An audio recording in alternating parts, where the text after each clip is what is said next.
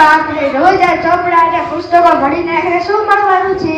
હા યાર, ભણતરમાં ખૂબ જ ભાર લાગે છે રે. તમે મને ખોટું સમજો છો. ભણ્યા વગર માણસ આગળ કેમ વધે?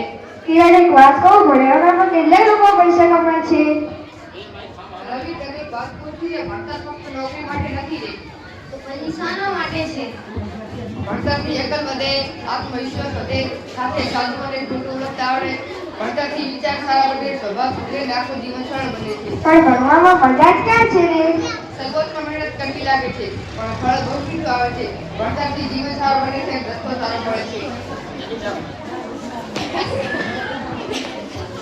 અરે છોકરાઓ, મારી વાત સાંભળો. હું ભણ્યો ન હતો એટલે આજે નાના કામમાં પણ બીજાને મદદ લેવી પડે છે.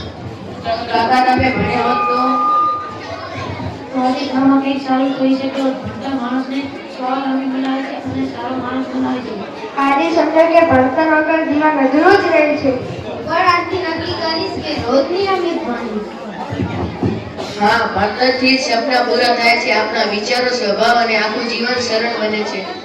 ભણતરથી જીવનનો જીવો, ભણતરથી ભવિષ્ય ઉજવળું, ભણતરથી વિચારો સારા, સ્વભાવ સારો, ભણતરથી જીવન બને છે.